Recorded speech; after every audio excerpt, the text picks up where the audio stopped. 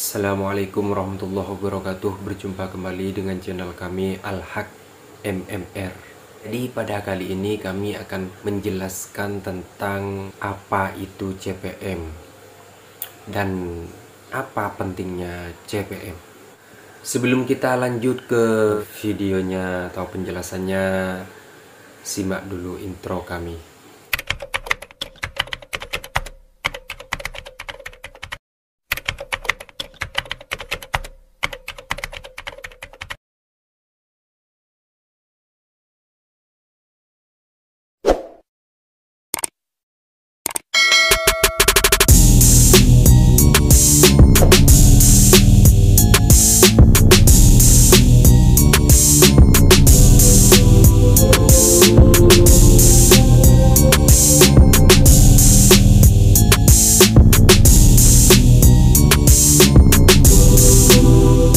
Oke teman-teman semua, mengapa kita itu harus mengetahui CPM? Karena CPM itu adalah basis atau basic pengetahuan berapa jumlah pengiklan harus membayar 1000 view kepada YouTube. Oke, CPM itu adalah klik per mile. Artinya pengiklan harus membayar YouTube per 1000 view. CPM adalah penghasilan dalam pengiklan YouTube setiap 1000 view. CPM adalah basic penghasilan yang ada di YouTube melalui YouTube AdSense. Nah, yang akan kita bahas di sini adalah tentang YouTube AdSense, bagaimana kita itu supaya mendapatkan dengan CPM yang terbaik atau penghasilan terbaik di YouTube. Dan mengapa konten itu menjadi sebuah pertimbangan biasanya bagi para YouTuber? Karena setiap konten atau setiap niche itu berbeda-beda CPM-nya. Otomatis pendapatan yang kita hasilkan itu juga berbeda-beda. Nah, yang paling akan kita bahas di sini tentang konten apakah di sini yang CPM-nya tinggi? Alasannya di sini kita harus memilih CPM yang tinggi. Satu, karena kalau CPM kita itu tinggi, maka otomatis pendapatan kita itu juga akan tinggi. Meskipun video kita itu view-nya sedikit, maka di sini akan berbeda dengan konten-konten yang memang kontennya itu tidak fokus pada satu topik. Karena seperti yang saya bilang tadi, setiap konten itu CPM-nya berbeda-beda, otomatis pendapatannya itu berbeda-beda. Nah, kalau kita itu sampai salah pilih konten, apalagi tidak sesuai dengan karakter kita, maka kita itu pendapatannya akan menurun. Nah, terus kemudian meskipun jumlah konten kita itu sama dengan konten teman kita semisal, namun konten yang kita pilih itu fokus, maka itu akan berdampak baik bagi channel kita. Otomatis pendapatan yang kita peroleh itu juga akan baik. Jadi meskipun kita itu kontennya sama dengan teman kita, namun video kita itu lebih terarah, maka penghasilan kita juga akan lebih terarah. Dan juga alasan ketiga di sini, kita itu lebih menghemat tenaga.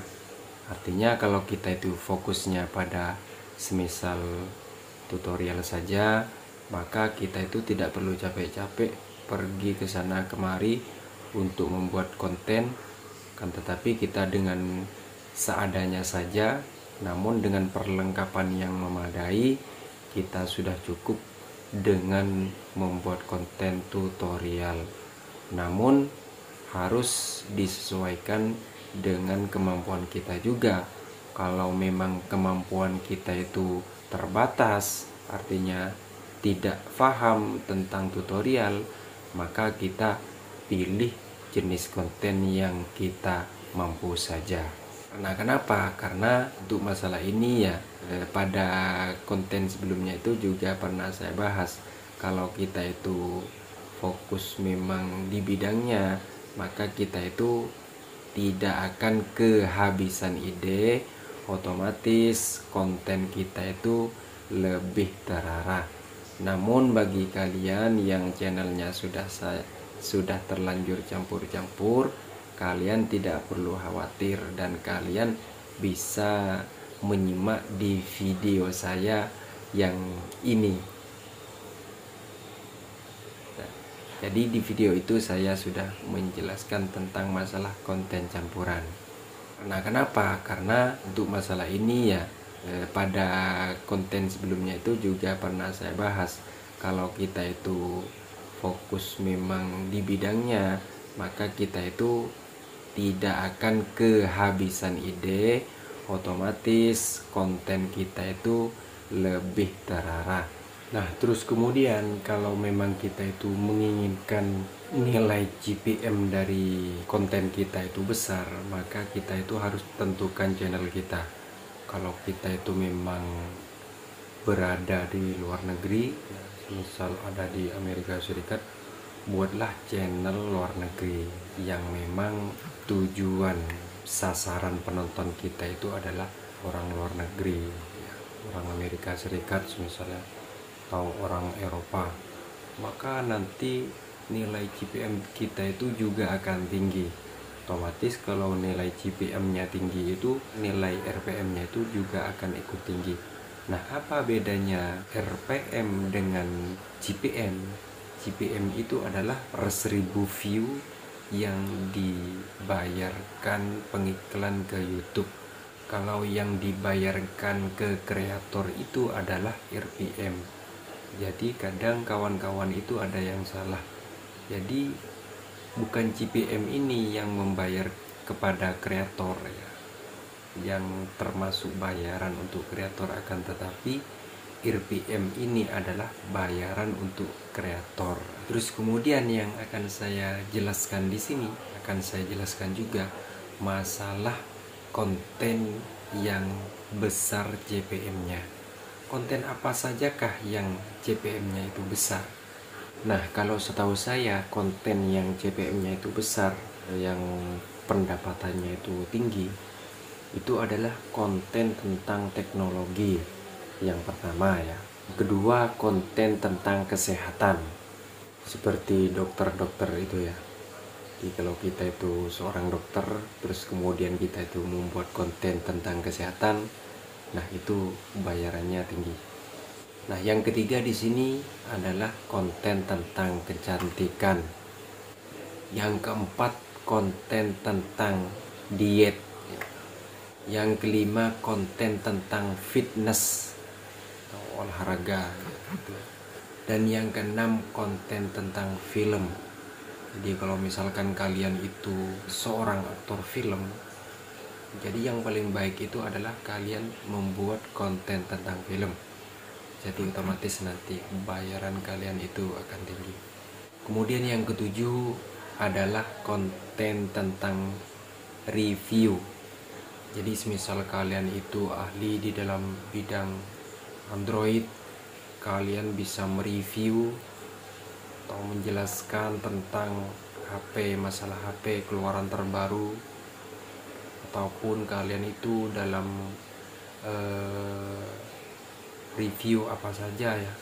Yang penting di sini itu adalah review tentang teknologi ataupun tentang handphone ya, handphone alat elektronik gitu ya. Terus kemudian konten tentang traveling atau bepergian gitu ya, seperti traveling kemana, ke pantai ataupun mendaki di puncak gunung Semeru atau gimana gitu ya. Nah, itu juga bayarannya tinggi. Kemudian konten tentang otomotif. Nah, misal ini kalian punya kelebihan tentang otomotif, jadi kalian itu hafal semua otomotif yang mulai dari pertama kali keluar sampai otomotif yang terbaru, misal tentang motor gitu ya.